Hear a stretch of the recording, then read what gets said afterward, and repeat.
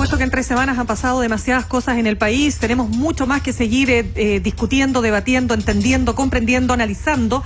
Ojo que ayer los diputados aprobaron reducir, además, en medio de todo esto, la jornada laboral a 40 horas y el proyecto pasa a segundo trámite en el Senado. Nos encontramos aquí con el diputado Giorgio Jackson de Revolución Democrática para comentar este y otros temas. Diputado, gracias por acompañarnos aquí en el estudio. Muchas gracias a usted y este esfuerzo de ADN Futuro y Concierto. Los he visto por separado. No es un esfuerzo. Primera vez que Giorgio, no es un esfuerzo, lo hacemos encantados. No, me imagino. Bienvenido, diputado. ¿Cómo están? Diputado, a 3 semanas de este estallido social, ¿cuál es su reflexión en un día como hoy, además en lo cual hay un llamado, además pacífico, a marchar? A ver, mis reflexiones, algunas pueden parecer obvias, pero las voy a ir dejando establecidas para... La primera es que creo que en Chile llegó un momento, y creo que eso pasa en las relaciones humanas, pasa en las relaciones de trabajo, pasa en múltiples esferas, donde llega un momento de saturación y donde ya las cosas pasan a un estadio distinto de conversación. Y yo creo que eso pasó después del día viernes 19 de octubre. 18 de octubre, y desde ese momento hay un antes y un después que empieza a gatillar un montón, desde mi punto de vista, de decisiones erráticas inicialmente por parte del gobierno, que minimizó lo que finalmente se constata como un malestar bien transversal, que no tiene que ver con los partidos políticos, y ahí una decisión que lleva a una polarización y a una imposibilidad de que esto tenga un trato político y empieza a tener un trato más bien policial y militar, y eso va alejando posturas que recién hoy, yo diría, están intentando llevarse a un cauce político. Creo que el ejemplo de alcaldes y alcaldesas que se reúnen para tratar de darle un cauce de participación ciudadana, institucional, es una súper buena señal. Y el día de ayer, al menos el anuncio, yo todavía no logro ver el detalle porque es algo en lo que no hemos participado, pero hay varias líneas interesantes en lo que anuncia el ministro de Hacienda en torno a algo corto que se puede hacer en materia tributaria. Entonces veo que hemos perdido 3 semanas, o casi 3 semanas, en decisiones que el gobierno ha tratado de mandar en términos policiales, un problema que se trata de carácter social y político, y en eso yo creo que el hecho de no tener tejido social, no tener liderazgos sociales que sean como más representativos, no tenemos, no sé, un dirigente sindical que pueda decir aquí estoy hablando por 2 millones de personas, eso ha dificultado el no tener interlocución. Y al mismo tiempo el tener un sistema político, un Congreso que está bien poco validado en general por la ciudadanía, sobre todo por la gente que protesta, que probablemente no votó, que hace que también en el Congreso seamos un poco impotentes ante esta manifestación. Usted ve, lo mencionaba un poco en sus palabras, lo vimos en el análisis temprano también, junto con Andrea compartíamos un análisis en cuanto a que se ven de alguna forma 2 discursos dentro del gobierno. Un discurso de orden, que menciona usted, pero también vemos, por ejemplo, ahora desde Hacienda, un discurso que es muy distinto. Un discurso con Ignacio Briones que es muy distinto al que veníamos con Felipe Larraín. ¿Ustedes también notan eso en el Parlamento? Que hay un discurso desde la mano económica de Hacienda, que realmente era más duro. Ahora es bastante más flexible, entre comillas, dentro de lo que se puede hacer de un gobierno de este tinte político, pero también se ve por el otro lado, pero desde la moneda se manda una señal que es bien distinta. Absolutamente. Yo creo que hay en el lado del oficialismo, si uno pudiera ver por coaliciones políticas, uno puede ver dos visiones. Una que mi impresión es que está tirada, así como tironeada desde el lado más de la ultraderecha, que lo que busca, por sobre todas las cosas, es pensar que esto es un problema de seguridad y hay que mantener, y el gobierno se le eligió por 4 años y ganó en segunda vuelta, así que tiene todo el derecho, y que la gente básicamente que está reclamando que se espere 2 años más para la próxima elección. Esa ha sido como una postura de un sector que ha sido bien dura, lo han dicho con matices, pero en el general dicen, acá hay que hacer esto y ya quizás vamos a modificar una tuerquita de lo que teníamos planteado como gobierno, pero tratemos de pasar toda nuestra agenda legislativa con urgencia como si que fueran parte de la agenda social. Y ese ha sido un tipo de sectores que han tenido bastante fuerza, y yo creo que predominante al interior del gobierno. Han habido otras fuerzas, mi impresión, impulsadas principalmente por algunos alcaldes, y ahí tengo que reconocer, por ejemplo, Germán Codina, también por Manuel José Osandón, por Mario Desbordes, por Lili Pérez. En general han habido sectores que han entendido, y yo he conversado, por ejemplo, con Mario Desbordes, que tienen clarito que esto no se soluciona con seguridad y con más carabineros y militarización. Y por lo tanto ellos saben que esto depende de una conversación y diálogo político, de cómo podemos ponernos de acuerdo con algunos temas que van mucho más allá de lo que ellos tenían planteado como gobierno, que a ellos, entre comillas, les duele ideológicamente, pero que están reconociendo y se están moviendo de posiciones, por ejemplo, al seguro único de salud, por ejemplo, al tema de la condonación de la deuda del CAE, a que la pensión hay que separarla y hay que terminar con la reintegración, cosas que van avanzando, y en esa línea lo que aparece ayer del ministro Briones, insisto, no lo he visto todavía, pero pareciera ir en una línea mucho más pragmática que lo que estaba haciendo antes. Sí. Lo que sí, y con esto te doy el pase, Claudia, que hasta ahora, por ejemplo, en lo concreto, en las leyes que estamos votando en el Congreso no hay tanta diferencia, no ha habido anuncios. Entonces, desde el Congreso estamos un poco tironeados porque, por ejemplo, en ley de presupuesto todavía no hay humo blanco en los cambios y consideraciones que debiesen estar presentes para el año 2019, o sea, 2020. Estamos aquí con el diputado Giorgio Jackson en esta transmisión conjunta de Radio Concierto ADN y Futuro.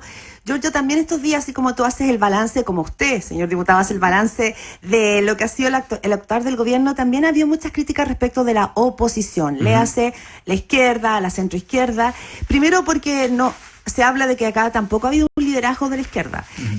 No hay figuras que uno diga, bueno, aquí el cauce institucional de la izquierda va por esta línea y ustedes son realmente una fuerza que está haciendo el contrapeso. Se ve una oposición con posiciones súper distintas, con liderazgos nada claro. Entonces también me interesaría saber cuál es el mea culpa que tú como diputado de un partido nuevo, que es Revolución Democrática, lo ves. Uno ha visto las diferencias, por ejemplo, con Javier Parada, que se fue finalmente del partido. Tampoco uno ha visto una postura contundente en ese mundo político. A ver, nosotros en la oposición hemos hecho esfuerzos, obviamente, de distinta índole a lo que tiene que hacer un gobierno que gobierna, valga la redundancia, pero hemos hecho muchos esfuerzos para compartir criterios y poder tener una agenda común. No ha sido fácil, y sobre todo porque han habido momentos de tensión que por hechos históricos, pero también por hechos prácticos, han generado dificultad de tener entendimiento en la misma línea, más allá de que nos podamos poner de acuerdo con algunas ideas. Eso fue, por ejemplo, el estado de emergencia. El estado de emergencia fue un momento donde, como oposición, teníamos distinta valoración de lo que era o no prioritario al momento de definir cómo era el diálogo con la moneda. Todos pusimos propuestas sobre la mesa. Algunos lo hicieron. No todos llegaron a la invitación inicial. Por eso, pues, algunos lo hicieron en el almuerzo, otros lo hicimos con un documento que, si es que lo invito a mirarlo, porque creo que, entre comillas, ha envejecido bien, porque varias de las cosas hoy día se están planteando como mínimo. Y creo que, al menos nosotros, desde nuestro partido y desde nuestra coalición, hemos tratado de asumir un rol que trata de conversar, por un lado, con las demandas sociales. Acá nadie se puede atribuir el ser representante de las demandas sociales porque son muy transversales, pero al menos a nosotros lo que nos pasa es que hemos estado en las protestas, venimos de alguna manera del mundo de la movilización social, de la organización social, y por lo tanto cuando estamos en una marcha, a nosotros en general o sea, podemos estar en las marchas. No nos sacan. Claro, no nos sacan. No estoy diciendo que seamos representantes, somos uno más, y en general así hemos hecho durante mucho tiempo, y podemos ejercer una especie de rol de bisagra. Y estamos intentando jugar ese rol de bisagra. Y el rol de bisagra, perdón, y le paso la palabra a Mauricio, yo creo que hay una gran crítica aquí que tiene que ver con la petición de algunos sectores de la izquierda y la centroizquierda de pedir la renuncia a Sebastián Piñera. ¿Ese es el rol de una fuerza bisagra?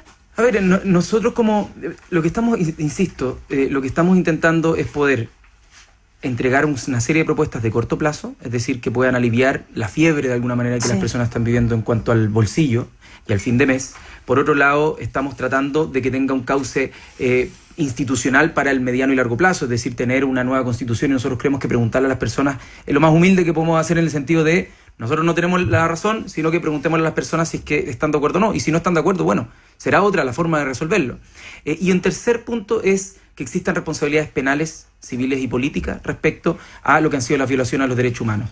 Y será los órganos establecidos, en este caso, para responsabilidades políticas tenemos las acusaciones, y será en su momento, si es que tenga que responder ante el Congreso, tanto el exministro del Interior, que es la acusación que está en curso, y posteriormente, obvio, la máxima autoridad del país tendrá que asistir al Congreso a hacer sus descargos, pero hoy día estamos mucho más enfocados en los otros dos pilares, porque las responsabilidades políticas hay más tiempo para que puedan ser perseguidas. Volviendo entonces a esas urgencias, diputado, y a ese rol de bisagra que usted plantea, por lo que le entendí, falta conocer el detalle, pero la reforma tributaria, en los términos que está quedando, ¿le parece que es votable con un sí, primero que todo? O sea, nosotros lo que esperamos es votar sí. Yo, o sea, no sé qué... Así como va, yo sé que falta detalle. Usted así como está. Cuando uno está en el Congreso, créeme, que lo único que quiere es que lleguen proyectos que uno diga, yo quiero votar sí. Siempre la predisposición es querer apretar el botón verde. Claro. Pero en general hay muchas o letras chicas o trampillas que traen las leyes. Así que yo, con mesura, doy una señal hoy día diciendo, me parece positivo la dirección en la que está hablando el ministro Briones, pero tengo que ver el detalle para serme responsable de que eso no va a traer una letra chica. Pero es positiva la disposición. Es que se lo pregunto para amarrarlo con otra cosa, que es la de las 40 horas, porque ayer la ministra del Trabajo dio una señal inédita, que fue este proyecto ya está mejor que el original de Camila Vallejo. Ahora se han hecho correcciones, dijo, este proyecto está mejor. Entonces, como que da la impresión que el gobierno de repente ya no va a rechazar las 40 horas porque ya tiene flexibilidad, ya tiene gradualidad y no está y no está la colación y está la gradualidad especial para las pymes. Sí. Entonces, lo único que uno diría que al gobierno le falta es la flexibilidad, al menos en algún grado. Y ya tiene algo, de hecho, ya se aprobó una indicación que hace algo de flexibilidad. ¿Usted ve ahí un campo incluso de acuerdo? Porque pareciera, a ver, yo me imaginé que el gobierno va a patrocinar las 40 horas ahora con la condición de que haya flexibilidad más clara.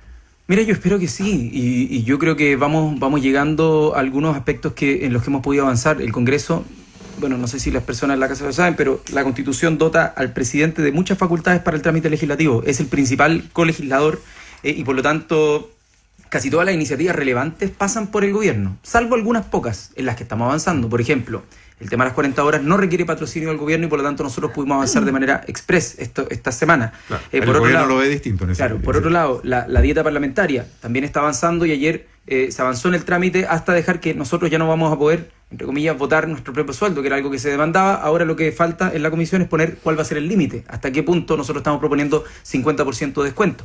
Vamos a ver hasta qué punto se llega en materia de acuerdo. Y por otro lado, está viéndose el tema de modificar nuestra Constitución para habilitarla a un plebiscito, es decir, para poder preguntarle a las personas cómo se sale de esto. Y no que seamos nosotros solos en el Congreso los que tomemos la decisión. Entonces, se está avanzando en algunas cosas a la espera, como decías tú, de ver qué dice este acuerdo tributario. Nosotros tuvimos 1 año y medio, no sé si se acuerdan, estuve acá un par de veces, de alguna manera diciendo, oye, no tiene sentido que en esta situación, hace 1 año, que era más o menos el mismo Chile, pero con un distinto diagnóstico de base, donde le estemos descontando 833 millones de dólares por la reintegración a las grandes empresas. Entonces, creo que hay mejores situaciones hoy día, mejores condiciones para poder avanzar, pero nada, la situación de ayer de anunciar una agenda puramente de seguridad, de llamar al COSENA cuando no era, al parecer, según varios actores que estuvieron ahí, no era necesario, son señales que, insisto, parece que son de los que están tironeando hacia la polarización desde el gobierno, que en este caso es el que tiene mayores responsabilidades al momento de gobernar. Diputado Giorgio Jackson, uno va entendiendo que la gente, que se instala más bien en la ciudadanía, 2 miedos. 1, el miedo a que nada cambie. 2, que la violencia se haga crónica. Y lo decía la alcaldesa de La Pintana, Claudia Pizarro, aquí lo que ha habido es una lista de supermercados. Ahora, si uno se pone desde el lugar del gobierno, lo que ha dado el gobierno es mucho más de lo que habría dado jamás en sus 4 años de gobierno.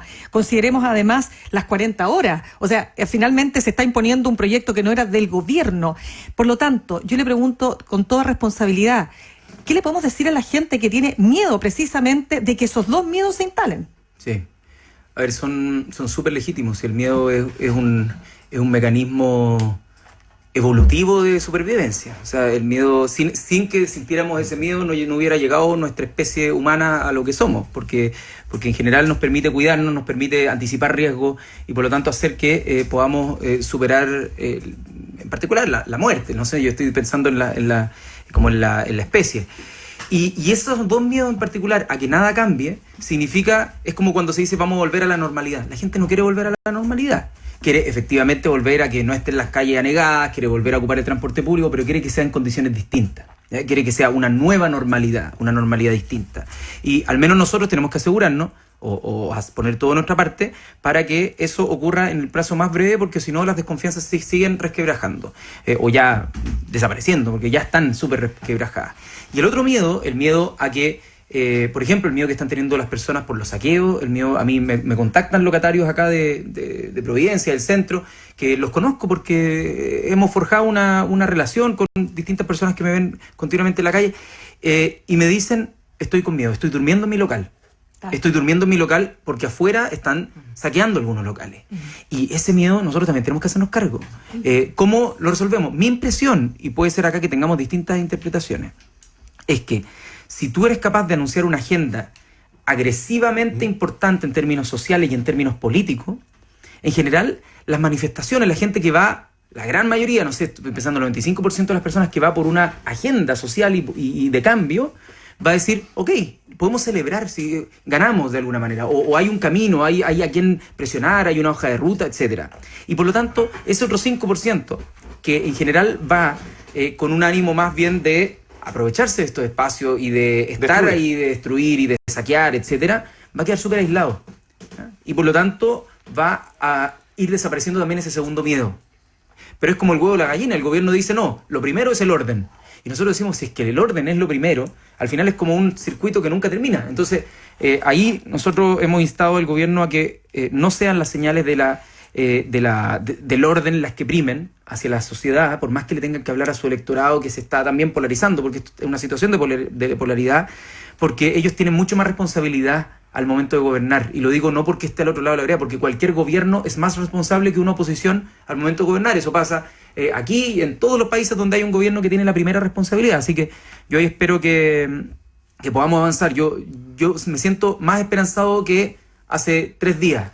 Diputado, solamente para cerrar, cuando usted dice ganamos y se refiere a que la calle diría ganamos, Sí, pues, ¿qué ojalá. es ganamos? ¿Qué es ganamos? 3 cosas, 2 cosas. ¿Cuáles son ganamos? A ver, ganamos, yo diría, lo hemos planteado en ese documento que se llama No Más Abuso. Hay algunos puntos que se pueden ir avanzando, por ejemplo, que las pensiones uno puede decir, ¿sabes qué? Desde el 1 de enero del 2020, las pensiones no van a estar por debajo de la línea de la pobreza. ¿Eso cuánto es? 165.000 pesos. No es que con eso cambie, quiero decirle a las personas, no es que con eso digamos, ok, estamos listos con las pensiones. No, creo que hay que hacer más que eso. Pero si es que uno dice ya, allí hay un paso, la gente puede decir ya, mis abuelos, mi papá tienen ahora mejores condiciones. Transporte. Por ejemplo, la rebaja del transporte a los adultos mayores.